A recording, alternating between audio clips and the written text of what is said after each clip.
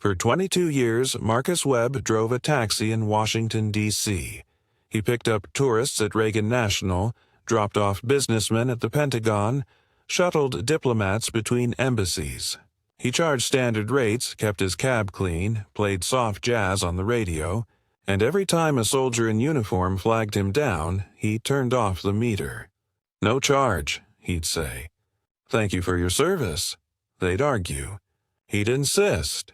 It became his ritual, his way of giving back, until the day a two-star general climbed into his cab at the airport, gave an address, and Marcus started driving. Then the general's phone rang.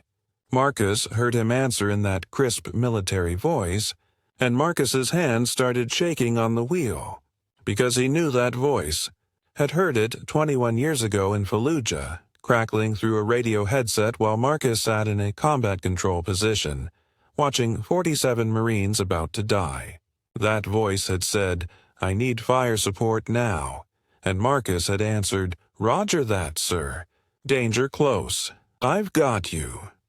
And for the next 8 minutes, Marcus had been God. Marcus Webb's taxi was a 2015 Toyota Camry with 287,000 miles on it.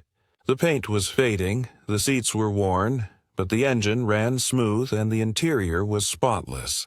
He kept a small American flag on the dashboard, an air freshener that smelled like new car, and a rate card that he rarely used because he'd memorized every fare in the D.C. area.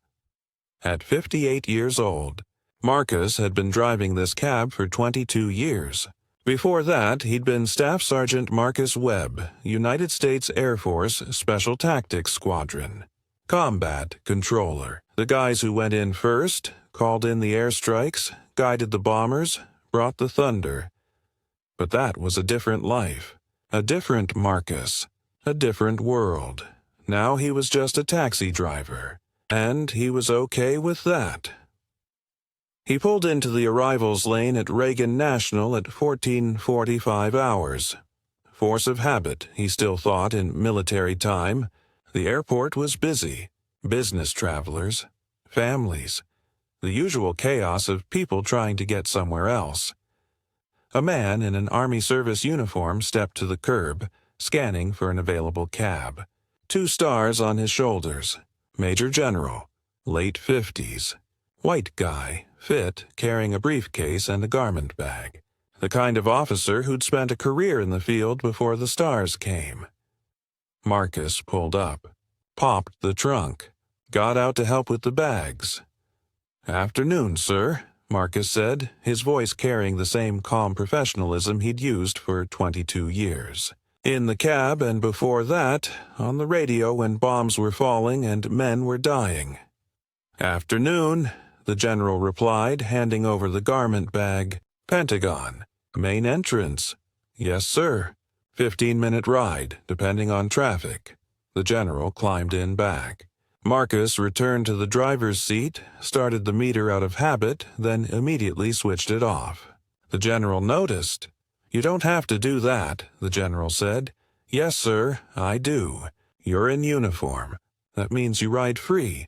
My rule. I appreciate it, but non-negotiable, sir." Marcus pulled into traffic, smooth and professional. "I've been doing it for 22 years. Every service member rides free. That's just how it is." The general was quiet for a moment. Then, "You former military?" "Yes, sir." "Air Force. Got out in 2003. What'd you do?" "Combat controller. Special tactics." The general leaned forward slightly. "CCT, those are some serious operators. Why'd you get out?"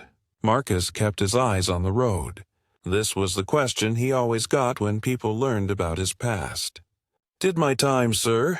Saw what I needed to see. Did what I needed to do. When my enlistment was up, I decided taxi driving was a better fit."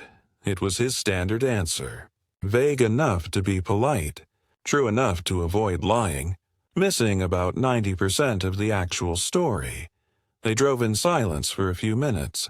Marcus navigated the airport exit, merged onto the GW Parkway. The Pentagon was visible across the Potomac. that massive, five-sided fortress that ran the military machine. The general's phone rang. He answered on the second ring, his voice shifting into command mode. "General Bradford." And Marcus's hands tightened on the wheel. That voice. "Yes, sir," the general continued, unaware of Marcus's reaction. "I'll be at the Pentagon in 10 minutes. The briefing is at 15:30. I've got the presentation ready." "Yes, sir. The situation in Syria is manageable, but we need those additional air assets." "Roger that. I'll see you then." He ended the call, sat back, looked out the window at the Potomac River flowing past. Marcus's mind was racing. That voice. He knew that voice. Had heard it in his nightmares for 21 years. Not because it was a bad voice, but because of what it represented. The moment when everything had been on the line. When 47 lives had depended on Marcus's ability to do his job perfectly. The voice that had said, "This is Warlord 6. We are surrounded. Heavy contact from all sides. We have wounded. I need fire support. I need it now." And Marcus had answered, "Warlord 6, this is Chaos 2-3. I've got eyes on your position. Stand by for fast movers. Danger close. How copy?" "Good copy. Danger close authorized. Drop it on our position if you have to. We're dead anyway if you don't." Marcus had been 37 years old, sitting in a combat control position on a rooftop in Fallujah. November 2004. Second Battle of Fallujah. The bloodiest urban combat since Vietnam. And somewhere in that city, a Marine company was surrounded, outnumbered, and about to be overrun. His job: get them air support. Get them out alive. He'd done his job. All 47 Marines had survived. And then Marcus had gone back to his hooch, sat on his cot, and shaken for 3 hours straight because he'd just dropped 500-pound bombs within 50 meters of friendly forces, and if he'd been wrong by even 30 seconds or 20 meters, he would have killed everyone he was trying to save. 3 months later, his enlistment was up. He didn't re-enlist. Now, 21 years later, the man whose life he'd saved was sitting in the back of his taxi. "You okay up there?" the general asked. Marcus realized he'd been gripping the wheel too hard. He relaxed his hands, took a breath. "Yes, sir. Just thinking." "About what?" "About the fact that you're Warlord 6. About the fact that I haven't heard your voice in 21 years, but I recognized it instantly. About the fact that you have no idea who I am, and I'm not sure I want you to." "Just traffic, sir. Wondering which route is faster." They reached the Pentagon. Marcus pulled up to the main entrance, the building looming like a concrete mountain. The general collected his bags from the trunk. "Thank you for the ride," he said, extending his hand. "And thank you for your service. Combat controllers don't get enough credit. You guys are the ones who make everything else possible." Marcus shook his hand. "Just did my job, sir. Same as everyone else." "No," the general said, and something in his voice made Marcus look up. "Not the same. You guys sit on rooftops and call in airstrikes while people are shooting at you. You guide bombers through weather and darkness and chaos. You save lives that never even know they were saved." He paused. "I was in Fallujah, 2004, second battle. I was a company commander. We got surrounded. Bad situation. Really bad. And some CCT operator I never met called in danger close air support that saved my entire company. 47 Marines. All of us lived because that CCT was perfect. Not good, perfect." Marcus said nothing. His throat had closed up. "I never got his name," the general continued. "Never got to thank him. The battle kept going. We got pulled out. He got reassigned. I spent years trying to find him through official channels, but CCT records are classified and they don't give out names." He smiled sadly. "So I thank every combat controller I meet. because one of them might be the guy who saved my life." He extended his hand again. "Thank you. Even if you weren't the one in Fallujah, thank you for doing the job. You guys are the reason I'm still here." Marcus took his hand, shook it, and said the words he'd kept inside for 21 years. "Warlord 6, this is Chaos 2-3. You don't have to thank me, sir. You already did. November 10th, 2004, you called for danger close air support. I dropped 2 GBU-12s and 4 MK-82s within 50 meters of your position. All 47 Marines survived. You said, 'Thank you, Chaos. You saved our lives.' And I said, 'Just doing my job, sir.'" The general froze. His briefcase slipped from his hand and hit the pavement. His face went completely white. What did you just say?" "I'm Chaos 2-3, sir. Staff Sergeant Marcus Webb, Combat Controller, 21st Special Tactics Squadron. I was the CCT in Fallujah. I was the one on that rooftop.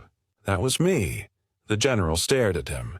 Then he did something Marcus had never seen a 2-star general do. He dropped to his knees on the Pentagon sidewalk, put his face in his hands, and started to cry.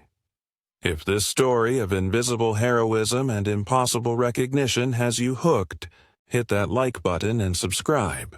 What happens when this humble taxi driver reveals why he recognizes a voice that saved nobody?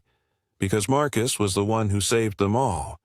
We'll remind you that some heroes guide the fire from heaven, and then go back to driving cabs like it never happened. Now, let's get in that taxi where 21 years of silence was about to end. Staff Sergeant Marcus Webb crouched on the rooftop of a 3-story building in the industrial district of Fallujah. Below him, the city was a war zone. Gunfire echoed from every direction. Smoke rose from burning buildings. The second Battle of Fallujah was in full swing, and it was everything Marcus had trained for and everything he'd hoped he'd never have to do. His equipment was spread around him in a precise pattern. Laptop showing real-time satellite imagery. Radio systems connecting him to ground units, aircraft, and command. GPS. Laser rangefinder, binoculars, maps. Everything a combat controller needed to be the link between men on the ground and firepower in the sky. His call sign was Chaos 2-3. His job was simple and impossible. Coordinate air support for ground units engaged in urban combat. Keep track of friendly positions. Identify enemy positions. Talk to pilots. Guide weapons onto targets. Make sure the good guys lived and the bad guys didn't. Do it all while people were actively trying to kill him. The radio crackled. Chaos 2-3, this is Warlord 6. We are in contact. Heavy resistance. Northeast corner of the city. Grid coordinates follow. Marcus copied the coordinates, punched them into his system. His screen lit up with the location. A company of Marines, about 150 men, pushing into a dense urban area. They'd walked into an ambush. Warlord 6, Chaos 2-3. I've got your position. What's your situation? We're surrounded. The voice was calm but urgent. Captain's voice. Company commander trying to keep his men alive. Insurgents on all sides, RPGs, machine guns. We've got wounded. We're pinned down in a courtyard. If we stay here, we're dead. If we try to move, we're dead. I need air support. I need it 5 minutes ago. Marcus was already working. His fingers flew across the keyboard, checking available aircraft. 2 FA-18s were in the area. Call sign, Hammer. Armed with GBU-12 laser-guided bombs and MK-82 general-purpose bombs. Warlord 6, Chaos. I've got fast movers inbound. 2 minutes. But I need to know. How close are the insurgents to your position? There was a pause. Gunfire audible in the background. Then, they're in the buildings all around us. 30 meters. Maybe less. Marcus's blood ran cold. 30 meters. The kill radius of a GBU-12 was 200 feet, about 60 meters. The Marines were inside the potential blast zone. This was what they called danger close, dropping bombs so near friendly forces that the friendlies were at risk from their own air support. It was also against doctrine unless absolutely necessary. Warlord 6, Marcus said carefully. That's danger close. I can bring in the bombs, but your men are at risk from blast and fragmentation. I need your explicit authorization. Chaos, I authorize danger close. Drop it on our fucking position if you have to.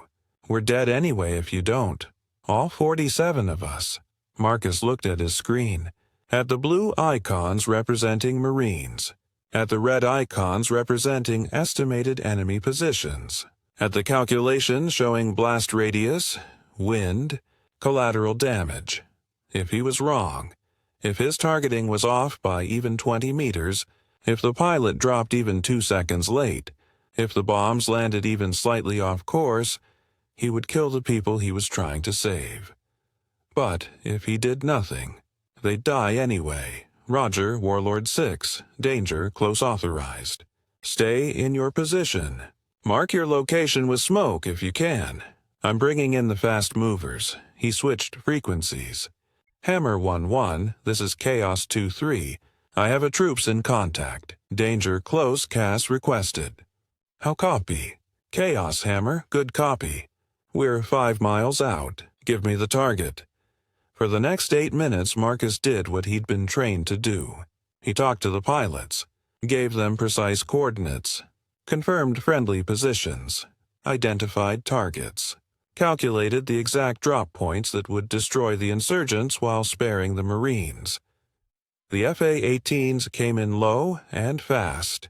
Marcus guided them using a laser designator, painting targets that only the bombs could see. The pilots were professionals, trusting Marcus completely because that's how the system worked. Combat controllers didn't make mistakes. Except Marcus was human, and humans made mistakes. And if he made one now, 47 men would die because of him. Hammer, Chaos. Target is marked. You are cleared hot. Danger close, acknowledge. Chaos Hammer. Cleared hot. Danger close, acknowledged. The first GBU-12 left the aircraft. Marcus watched it fall on his screen, guiding it with the laser, making tiny adjustments, his hand steady despite his heart trying to punch through his chest. The bomb hit 35 meters from the Marine's position. The building it struck disintegrated. The explosion was massive. Marcus felt it through the rooftop.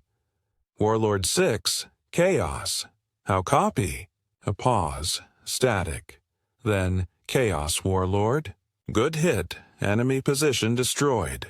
We're still here. Keep it coming, 3 more bombs. Each one placed with surgical precision. Each one landing close enough to kill the insurgents but far enough to spare the Marines. Marcus worked like a machine, pushing down fear, pushing down doubt, just doing the math and trusting his training. The final bomb hit. The FA-18s pulled up and away, heading back to base. Warlord 6, Chaos. You're clear. Enemy positions destroyed. How's your status? Chaos, Warlord. The voice was shaking now, emotion breaking through. We're alive, all of us. You saved our lives. We're moving out now. We're going home because of you. Marcus closed his eyes. 47 lives. All still breathing because he'd done his job. Just doing my job, sir, he said quietly. Thank you, Chaos. I don't know who you are, but thank you. The radio clicked off. Marcus sat on that rooftop for another hour, calling in air support for other units, doing his job. But his hands shook the entire time. When his shift ended and he climbed down from that rooftop, he went to his hooch, sat on his cot, and tried to process what he'd just done. Tried to understand how he'd held 47 lives in his hands and not dropped them. 3 months later, He separated from the Air Force, honorably, with a Combat Action Medal and an Air Force Commendation Medal and the thanks of a grateful nation. But he never told anyone the details of that day, never talked about the Marines he'd saved, never tried to find them or contact them or get recognition, because combat controllers didn't do it for recognition. They did it because someone had to guide the fire from heaven, and they'd volunteered for the job. Marcus became a taxi driver, and for 21 years he drove people where they needed to go and tried not to think about Fallujah. Until today. General Bradford was still on his knees on the Pentagon sidewalk. People were walking past, staring, confused about why a two-star general was crying in public. Marcus knelt beside him, put a hand on his shoulder. "Sir, you need to stand up. People are watching." "I don't care," Bradford said, his voice breaking. "Do you understand what you did? Do you have any idea? I kept you alive, sir. That was my job." "No." Bradford looked up, tears streaming down his face. "You gave me my life, my career, my family. I got married 2 years after Fallujah. I have 3 kids. I'm a grandfather now. All of that exists because you were perfect for 8 minutes on a rooftop in Iraq. And you've been driving a taxi for 21 years while I've been living the life you gave me." Marcus helped him stand, brushed off the general's uniform. "Sir, with respect, I gave you nothing. You earned your life. You fought your way out of that ambush. You led your Marines. I just did my small part." "Small part?" Bradford's voice rose. People were definitely staring now. "You dropped bombs within spitting distance of my position. If you'd been off by 1 second, you would have killed all of us. But you weren't off. You were perfect. That's not a small part. That's everything." A Pentagon security officer approached. "General, is everything okay?" "No," Bradford said. "Nothing is okay. Everything is amazing. This man saved my life 21 years ago, and I never got to thank him, and he's been driving a taxi this whole time, and that's not okay at all." The security officer looked at Marcus. "Sir, are you bothering the general?" "No," Bradford snapped. "I'm bothering him, and I'm going to keep bothering him until he understands what he did." He turned to Marcus. "Do you have any idea how many times I've thought about you? How many times I've wondered if you made it home, if you were okay? I've thanked every combat controller I've ever met because I was hoping one of them would be you. And now you're here, driving a taxi. Like what you did doesn't matter. Sir, it mattered then. It's over now. I moved on. Did you?" Bradford's eyes were sharp. "Did you really move on, or have you been hiding in a taxi for 21 years because you couldn't process what you did?" Marcus said nothing, because Bradford was right. He'd been hiding, not from shame or guilt, but from the weight of it. The knowledge that 47 men were alive because he'd been perfect for 8 minutes, and if he'd been anything less than perfect, they would have died. How do you live with that? How do you wake up every day knowing you held that much power and didn't break? So Marcus had found a job where the stakes were lower, where the worst thing that could happen was traffic or a rude passenger, where he didn't have to be perfect because nobody died if he made a mistake. "I just wanted a quiet life, sir," Marcus said finally. "I did what I needed to do in the military. When my time was up, I got out. That's my right, it is," Bradford agreed. "But you don't get to disappear. Not from me. Not after this." He pulled out his phone, made a call. "Colonel Hayes, this is General Bradford. I need you to clear my schedule for the rest of the day. I don't care what meetings I have. Cancel them. Because I just found the combat controller who saved my life in Fallujah, and we have 21 years to catch up on." "That's an order, Colonel." He hung up, looked at Marcus. "You're coming with me. We're going to get coffee. We're going to talk. And you're going to let me thank you properly. That's not a request." Marcus looked at this general, this man whose life he'd saved, This person who'd gone on to have a family and a career and a legacy, all because Marcus had done his job one day in Fallujah. "Sir, I have fares to pick up. I have a job." "Not today, you don't." Bradford pulled out his wallet, extracted $500 bills, and handed them to Marcus. "That's what you would have made today. Maybe more. Now you're spending the day with me. Non-negotiable." Marcus looked at the money, at the general, at the Pentagon looming behind them, and he started to laugh. Actually laugh. For the first time in 21 years, the weight lifted just slightly. "Sir, you're pulling rank on me." "Damn right I am. I've got 2 stars. You've got a taxi. I win." Bradford smiled through his tears. "Come on, Chaos 2-3. Let's get that coffee." Marcus still drove his taxi. But things were different now. The meter was still off for soldiers. That hadn't changed. But now, when he picked up military passengers, he sometimes mentioned that he'd been a combat controller. And sometimes they'd ask about it. And sometimes he'd tell them about Fallujah. Not often, not in detail, but enough to acknowledge that it had happened, that he'd been there, that he'd done something that mattered. General Bradford called every week. They'd have coffee, talk. Bradford would update Marcus on his family, his kids, his grandchildren, his career. Marcus would talk about his passengers, the strange people he met, the quiet satisfaction of a job done well. Bradford had wanted to nominate Marcus for a medal. Marcus had refused. Had wanted to get Marcus a job at the Pentagon as a consultant. Marcus had refused. Had wanted to do something, anything to recognize what Marcus had done, and Marcus had finally said, "Sir, you being alive is enough. You and the other 46 Marines. That's my recognition. I don't need anything else." But Bradford had been stubborn, and 3 months ago he'd done something Marcus hadn't expected. He'd tracked down all 47 Marines from that day in Fallujah. Every single one. Some were still in the military. Some had gotten out. Some were struggling. Some were thriving. But all of them were alive. And Bradford had organized a reunion. Now, Marcus stood in a hotel ballroom in Alexandria, Virginia, surrounded by 47 men who owed their lives to 8 minutes of perfect work on a rooftop 21 years ago. They'd come from across the country, brought their families, their wives, their children, their grandchildren. One of the Marines, now in his 50s with gray hair and a grandchild on his hip, walked up to Marcus. "You're Chaos 2-3? "I was," Marcus said. "Now I'm just Marcus. Just Marcus," the Marine repeated. "Do you see that little girl?"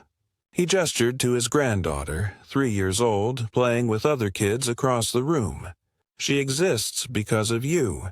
My son exists because of you. My grandchildren exist because of you. You didn't just save 47 lives that day. You saved every life that came after. Every child, every grandchild, every generation that will come from us." Marcus looked around the room, at the families, at the laughter, at the children running and playing, at the life that had sprung from that one perfect day in Fallujah.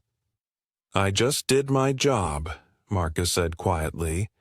"And we're spending the rest of our lives living the life you gave us," the Marine replied. "That's not nothing. That's everything." General Bradford stood at a microphone, tapped it for attention. The room quieted.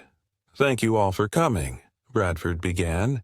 "We're here tonight because 21 years ago, on November 10, 2004, in Fallujah, Iraq, we were surrounded and about to die. All 47 of us. We were out of options, out of time. And then a voice came on the radio. Calm. Professional. The voice said, 'I've got you.' And for 8 minutes that voice guided fire from heaven and saved every single one of us." He gestured to Marcus. "This is Staff Sergeant Marcus Webb, call sign Chaos 2-3. The combat controller who saved our lives. The man who's been driving a taxi for 21 years while we've been living the lives he made possible." The room erupted in applause. Marcus stood there, uncomfortable, wanting to disappear. But the applause didn't stop. It grew louder, and then the Marines started standing, one by one. Then their families, their children. Everyone standing and applauding for the taxi driver who'd once been perfect for 8 minutes. Bradford walked over, handed Marcus a plaque. It was simple. Wooden frame. Brass plate. It read, "Staff Sergeant Marcus Webb Combat Controller Call Sign. Chaos 2-3 November 10th, 2004-47, live saved, every life that came after." "This isn't official," Bradford said. "It won't go in any record books. It's just from us. The people who are here because you were perfect when it mattered most." Marcus held the plaque, looked at these 47 men, at their families, at the impossible weight of all that life. And he finally understood what Bradford had been trying to tell him for 6 months. It wasn't about recognition. It wasn't about medals or ceremonies or official acknowledgement. It was about being seen. About these 47 people and their families looking at him and saying, "We know what you did. We know it mattered. We're here because of you." "Thank you," Marcus said, his voice barely above a whisper. The applause continued. Marcus stood there, holding the plaque, surrounded by the lives he'd saved, and for the first time in 21 years, he wasn't hiding. Marcus still drove his taxi, but on his dashboard, next to the small American flag, sat a photo. 47 Marines and their families gathered in a hotel ballroom, all smiling at the camera. And in the front row, sitting in a place of honor, was a taxi driver who'd once been perfect for 8 minutes. Passengers would ask about the photo sometimes. "Who are they?" And Marcus would smile and say, "Just some people I used to know." Most would leave it at that. But military passengers, they understood. They'd look closer, see the details, the way those 47 men stood, the way they looked at Marcus in the photo, and they'd nod, understanding without words. Because some heroes fly planes, some drive tanks, some lead charges, and some sit on rooftops with radios and laser designators, calling down fire from heaven, holding lives in their hands and refusing to drop them. Marcus Webb was one of those heroes, the invisible kind. The kind who did their job perfectly and then went back to driving taxis because the mission was over and life goes on. But 47 families knew the truth. And every time Marcus picked up a soldier and turned off the meter, he carried that truth with him. "Thank you for your service," the soldiers would say, and Marcus would smile and reply, "Just doing my job. Same as you, because that's what heroes do. They save lives. They go home. They live quietly, and they never forget the day when they were perfect. And perfect was exactly enough."